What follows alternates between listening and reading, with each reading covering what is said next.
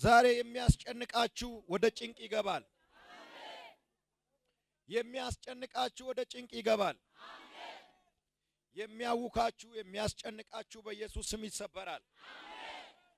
የኢየሱስ ስም ኃይል አለው። የኢየሱስ ስም ኃይል አለው።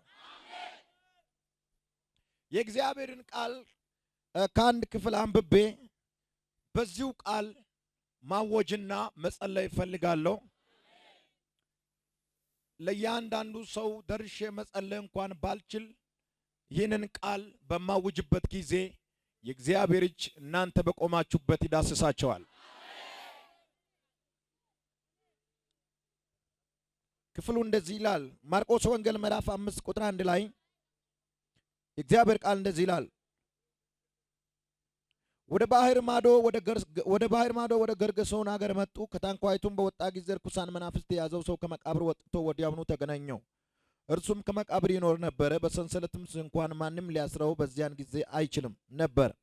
ብዙ ጊዜ ከእግር ብረትና በሰንሰለት ይታሰር ነበርና፣ ዳሩ ግን ሰንሰለቱን ይበጥስ እግር ብረቱንም ይሰብር ነበር። ሊያሸንፈው የሚችል አልነበረም።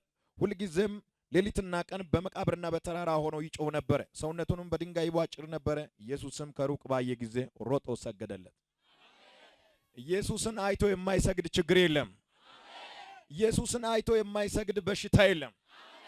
ኢየሱስን አይቶ የማይንበረከክ ካንሰር የለም።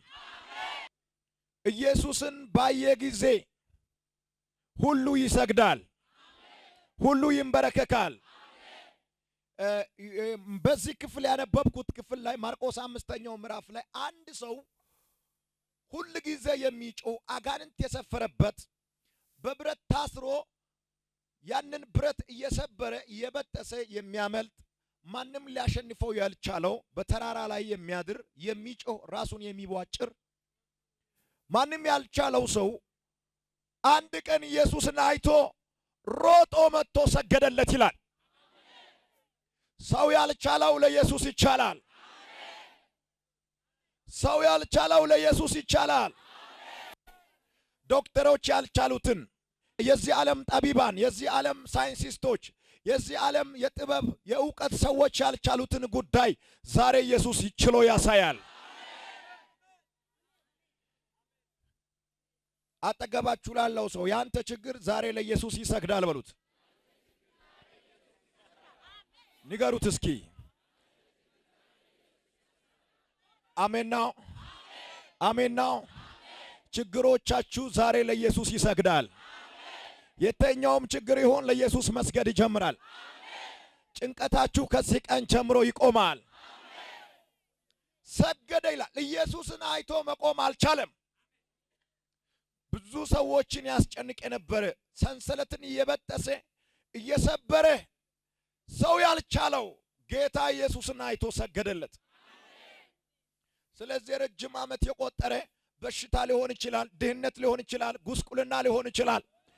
የተኛውም የሰበሰብከው መረጃ ለዚህ ስም ይንበረከካል። ከኔ ጋር በዚህ አደባባይ አንድ ሰው ጮሆ ኢየሱስ ይበል። ውስጥም ውጭም ያላችሁ ጮህና እስኪ ኢየሱስ በሉት።